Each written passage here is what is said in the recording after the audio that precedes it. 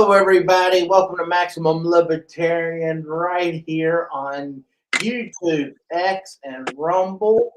As always, Dean, what should they do?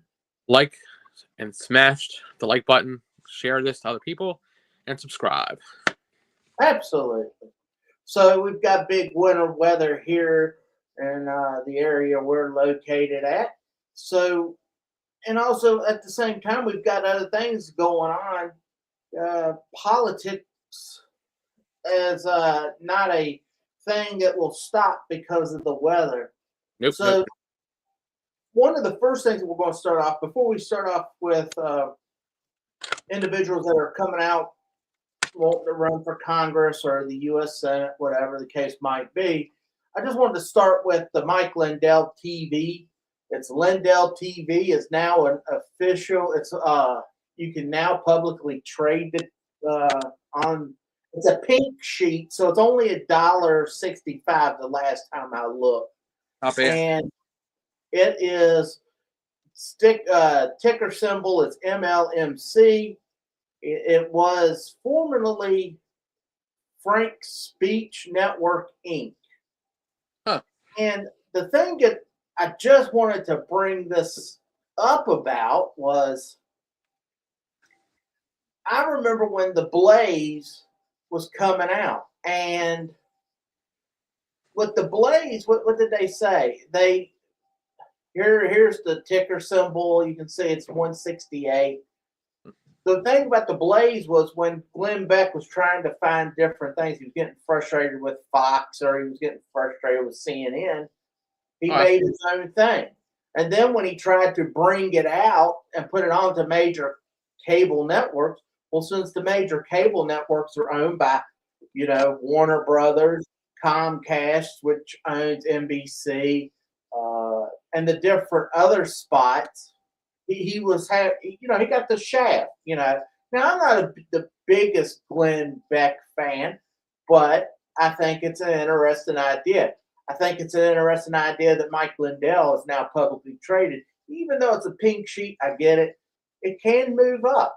It's not like just because it's there, it's going to stay there. But what Mike Lindell has done is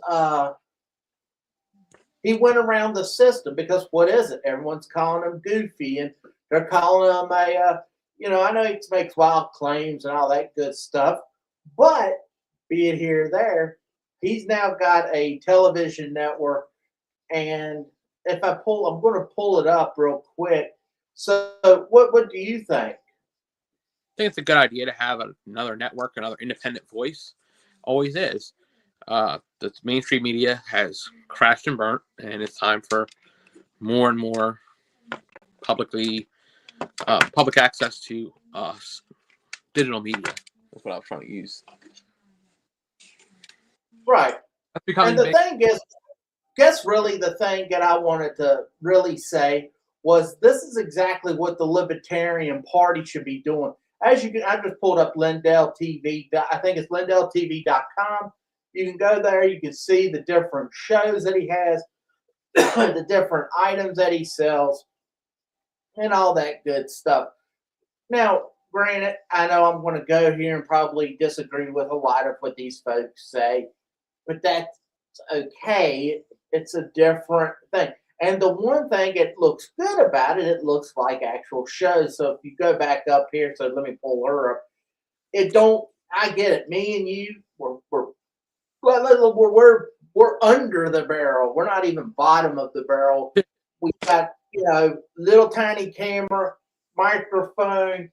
I'm in my basement of my house. You're in your room of your house. It's not like we have a studio. So if you really want to do stuff, the next step for anything, you've got to make yourself look professional and look good. If you look at Anthony Cumia's show, I like the background. I thought his show when he was on Compound Media before he formed with Gavin McGinnis, and I think it's Compound Censored.tv. That being said, it looks good. And that's the one thing that the Libertarian Party needs to do. They need to start getting independent voices. And we got to skirt around it. And that way we can have a spot you can go to and see libertarian voices, libertarian ideas. And I'm not saying let's have Mises ideas or the classical liberal caucus's ideas or chainsaw caucus's idea, or radical ideas, but you put all the libertarians into this pot so people can see what the Libertarian Party has to offer. Exactly. A broad spectrum of every type of libertarian, because there's not a right and a wrong libertarian. There's just a libertarian. Right. And I think what we do is we get confused too often is we have the perfect opportunity to fight and to win. I don't believe we can't win. The reason we can't win is because we like to fight each other. We're more worried about that than anything. And then two, it's just, I don't know why we can't get libertarians don't support libertarians. You know, when we've talked about this before, when we had Matt Waters run for U.S. Senate back in 2018, I remember I talked to two really good libertarians, and I was like, so I voted for Matt Waters in 2000. This was after the election. This was in 2019. I was like, yeah, I voted for Matt Waters, and they're like, oh, well, I didn't vote for him because I didn't like him. He couldn't win anyway. And it was like, but that's not the point. The point's to get to 10%. You know, I have to give individuals the belief. If I go, hey, we're going to win the presidency, no, we're not. If I go, hey, we're going to win the U.S. Senate or House of Representatives, no, we're not. But you know what we can get? 10%. Exactly. We just got to work hard to do it and stop fighting each other. Right. So, that being said, now we've got multiple people out here now getting all wound up, wanting to run for Congress in different ways. We've got first up that I wanted to talk about. I don't know how much you know about her. Let's pull her up now.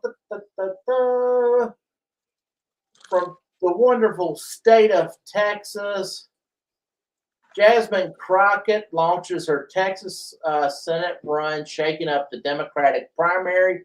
Colin Allred has already dropped out of the race on Monday morning, but state rep was that James Talrico remains as the Democratic trying to contend for the GOP John Conyers seat. John Conyers, how old is John Conyers by chance?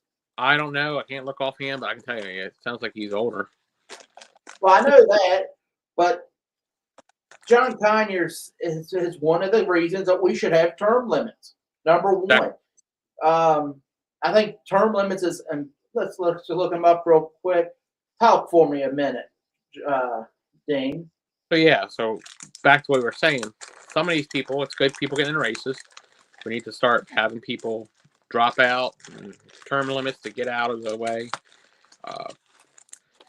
There's some people going to be running for Congress in our state, which is not a bad thing. And I'm sure we're going to go into that shortly. But, as libertarians, so I'm happy to see that. Like what I've always said, we always need to have a good quality over quantity candidate. And it seems like in our state, when we go back to Texas in a minute, but in our state, we seem to be picking a few good ones, especially one running for U.S. Senate. But, oh boy, it's been a whole day. So, yeah, I'm pulling it up right now with his age. I'm going to just be hopefully getting it here soon. He's ancient. Huh? Pretty sure he's ancient. Well, that's not. Yes, see, he's ancient. Just being straight. Yeah, but no, but I think he's just an example of why we need term limits. I think people stay around. You need fresh ideas. You need fresh ideas. You need new leadership. And it makes you sound like you're trying to run these old folks out of the. He's 73 years old. So he's not even close to Bernie, but yeah. No, he's not, or he's not close to Trump either. So, that's grand. But what the Democrats are now doing is they're going, hey, let's go with these really far left wing people, and if they get put in there, Jasmine Crockett, I just saw today, she, of course, she's saying she's very racial, and I think it's really bad when you get into these racial discussions. Absolutely. She's talking about all blacks should not pay taxes, and then of course she's going to be jumping up and down for reparations. What I think really what people need to know is, yes, get reparations. We're just going to print money up, and the dollar it's already worth going down, down, down. And by doing something like that, we're just going to bring it down, down, down further, and it's going to be worth absolutely nothing. So if your whole goal is just to turn the United States into a third world country, yes, let's keep pushing it. Let's not push, hey, you can, just because you're born poor or with a single parent, or because rich people, no matter if they're rich or if they're poor, they can be greedy. No matter, and all in between, there's greediness, and then all in between, there can be people that are going to be very helpful. I don't think people understand that. They just want to have this fantasy that you just hand someone money, they're just going to rush out there and they're going to buy a big house. And you know what it's going to do? They'll buy a big house, and then the property tax will come and snag it from them. Exactly. Taxes everywhere. So the Democrats would quit voting for these really far left extremists. Yep, and that's what they're going for. It's where the socialist Democrats. Every one of them, or that's all they're doing. So,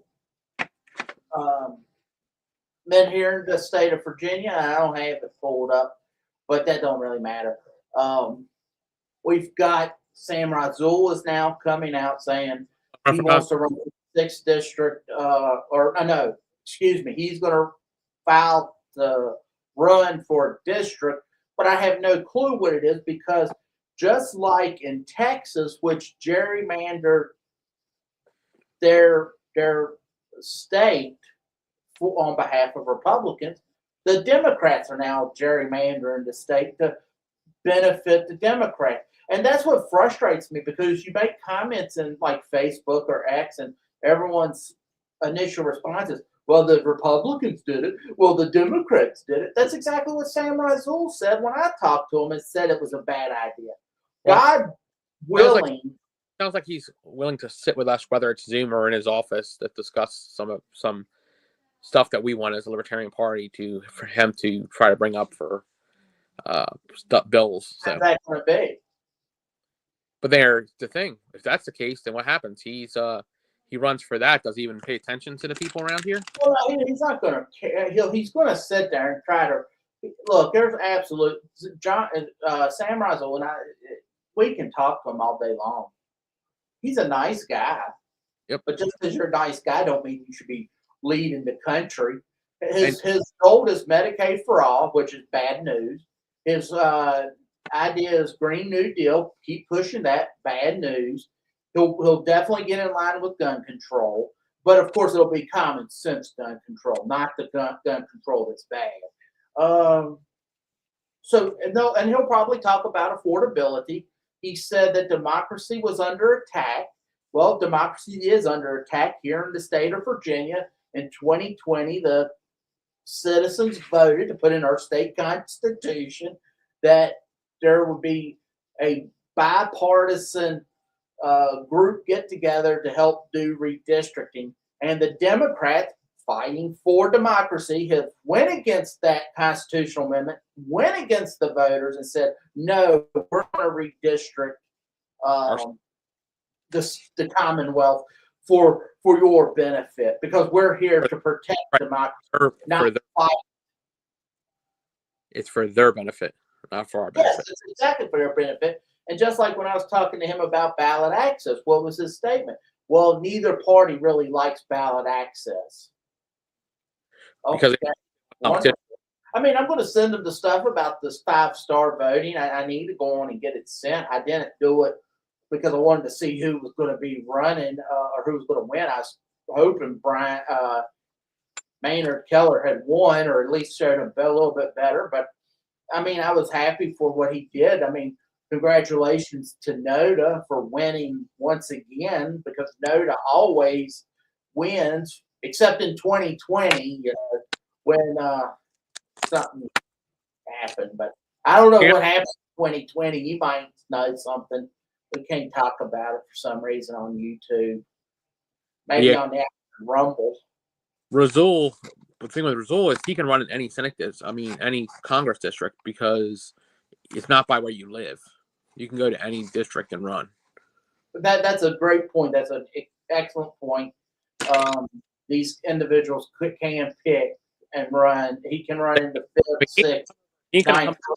He ain't gonna come over in red Bedford County and run because he knows he's gonna lose. He's gonna find the most Democratic area around Roanoke to run. Well, the map that the Democrats have drawn, you will have 1 Republican and 10 Democrats. Correct.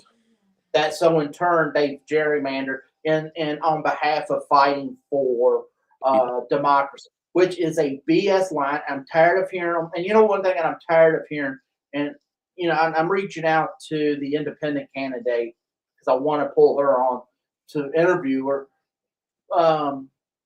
She'll be running for U.S. Senate.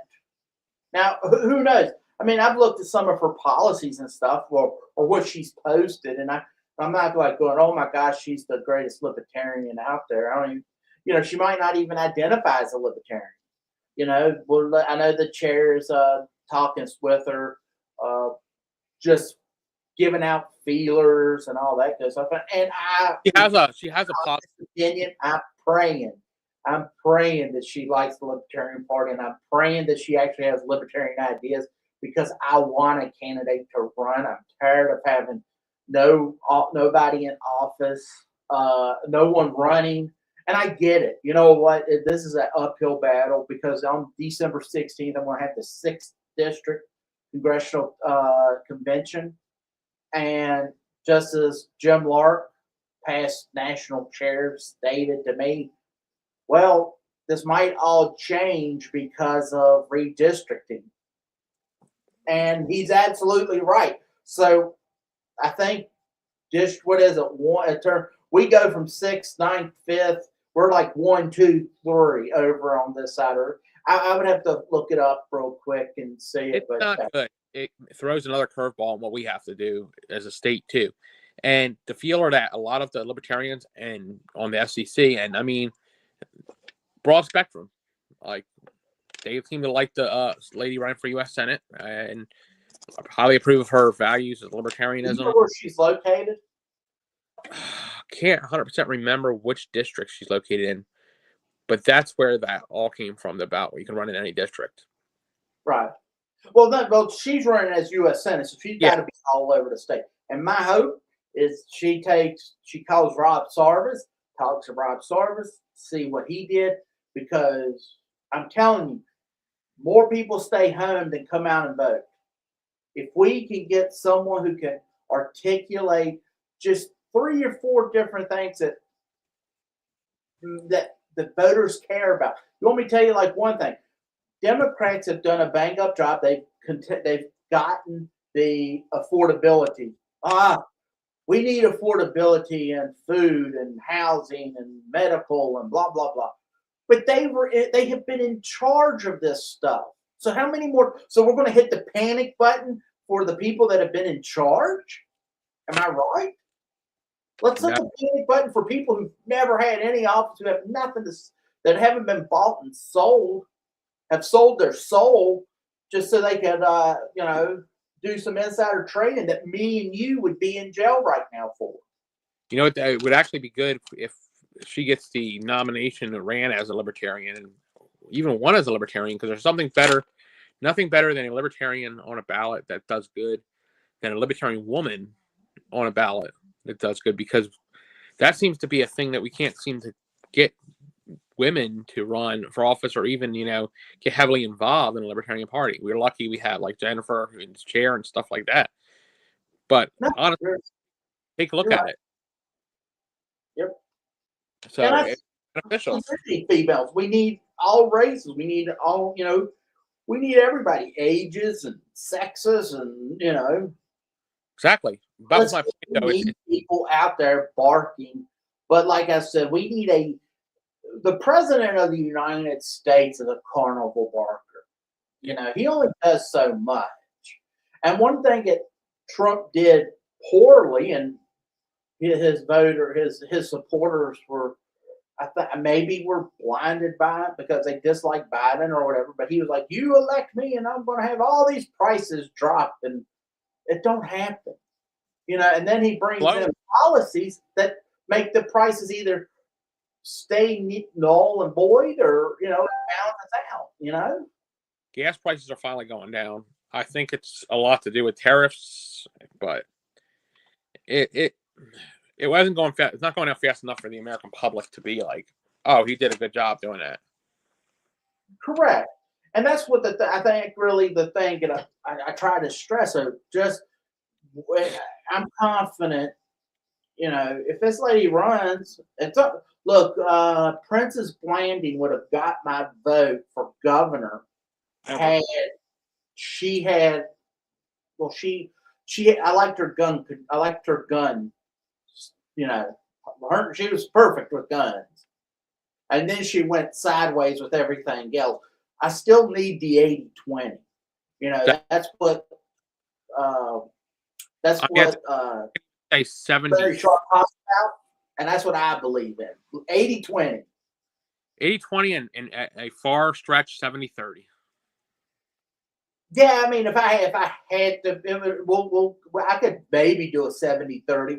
But we'll have to see what issues that she's yapping about, or he, not just her.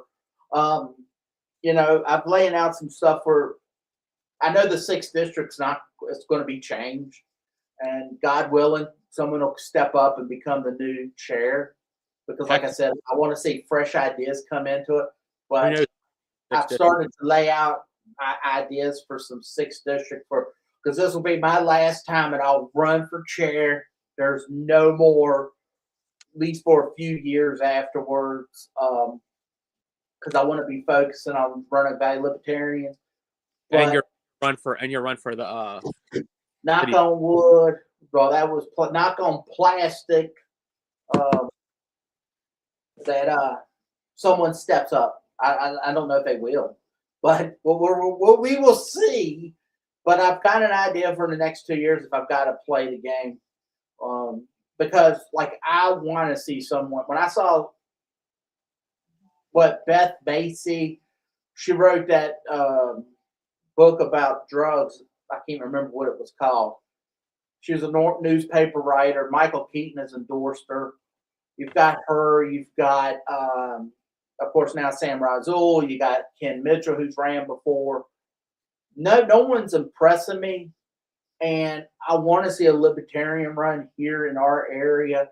But I'm not going to put someone out there if they don't have the money. Number one. Number two, we're just going to have to figure out ways. We are going to. I'm hoping to get affiliates up and down the I-81, so that way we can have good. So they can travel and have someone to go to, and that's what we need. We need affiliates, not hey. I would have loved to have helped Josh Huffman more. But he's 2 hours away, and then someone's like an hour away on the other side of me. Now the hour away is a lot better than 2 hours, but we need affiliates to help fill in these blanks. We had Dave Krantz run. He needed help at the polling stations. That's where it's imperative we get affiliates. I don't care about running candidates as much as I want to run candidates. Yes, but I want affiliates, for God's sake. I agree with you. It's one of those things that we need more than anything, really, at this point. Right. So, like I said, we got Jasmine Crockett, wild craziness. Sam Razul, not wild and crazy, but his ideas are wild and crazy, and it's not a good fit. So, but I would love to see libertarians or a well-off libertarian do the Mike Lindell route and form a libertarian channel, and that way we can all benefit. Yeah, we got to grow the party, and you got to go around. And if the media don't want to play your ads, then you force your way onto the stage. Correctly. Yep. Just like Ross Perot did. That's the only way you're going to get there. And I get it, like Princess Blanding and for the governor, during the governor's race, Terry McAuliffe, who, when he was not governor, said anybody that is running for governor or running for office, whatever office that is, they should be on the debate stage. When he's on the debate stage, he made sure that she wasn't up there. So her best bet was just to go there, yell at the crowd, get escorted out by the police, and no one knew who the hell was going. They didn't know who she was or what was going on because everyone ignored her. Exactly right. And it was one day's news. I saw her do one thing where I went, oh, they put her in a form, and that was great that they put her on the form. So. And running for there's some interesting running for Congress down in Virginia Beach area. You know, I wish people luck, especially if they're trying to shake. But thank God the L was not going to ever be given to that. So, all right. So, do you have anything else to discuss today? Not really. Actually, you pulled the whole idea that I sent Sam result thing. I found that out earlier. I'm like, I will send that to you. Just clicking along with my recovery from my surgery and getting beat up by these antibiotics, but doing the best I can. Right. Well, hopefully people will tune in and start getting excited. And once I know if she's going to be able to speak to us, I'll definitely let you know. For sure. We need. Hopefully we can get. But I'm trying to wait till after she find out what Jen says. Because I really I want to hear from everybody, but I know right now if I'm a betting man, it'll be Mark Warner, Glenn Youngkin, and if she's able to make the ballot, what's her name? Brittany Hall, correct? Or Brandy Hall. Brandy Hall. Sorry about that, my friend. So Brandy Hall, possibly the independent candidate, and I hope you see all three of them on the debate stage. That's who I would be betting if I was to lay my money down. I think Glenn Youngkin would be running for U.S. Senate, but we'll see. You know what? See. Honestly, if we didn't have an independent candidate, he did a good. Call me what you want to call me, but he didn't do such a bad job as governor. Could have been a lot worse. Once again, I'm going to take Glenn Youngkin. If I have to pick between two, I'll go, well, I guess it's Glenn Youngkin because Mark Warner said he was only going to run 2 terms because this isn't going to be a lifetime appointment. This is just a 2-term thing. And now he's running for his 4th term. So I can't give him, I'm not going to give him my vote. Nope. Well, he's never got my vote. The only time, and I'll say this, and I wish I would have just voted nobody, was in 1996 when he first ran for, I believe, U.S. Senate. He was going to run against John Warner, and that was the first time I ever saw Photoshop done, because John Warner took a head of Mark Warner and put it in the center of Doug Wilder and Bill Clinton, and was showing how extremely left-wing Mark Warner was. And I remember thinking I had never seen something like it. I was like, oh my goodness, this is so dirty. I can't give John Warner my vote. But I was right-minded and at the time, and well, we can't let the evil Democrat take over, so we got to go in there, Exactly. But now, AI, holy moly. You can do anything. You can take a still shot. I took a still shot. I was telling the guy, Adam Swart, if you haven't watched the interview, I highly recommend it because he talks about crowds on demand, but he was talking about AI, and I was like, my friend, he's like 83. And it was another guy, and it was just a still picture, and I typed in make 'em make out. And if you were just, if I showed that to you and you did not know, you're going to think it's two guys making out. And of course, Roy's like, oh, he didn't get upset, but I could tell he did not like it because I told him I was going to put it on his Facebook page. But if I was married and I was just pictured there with a female, you're going to start getting things. And it's like, were you making out with this lady? Were you making out with this guy? Were you doing this and that? AI is going to be dangerous.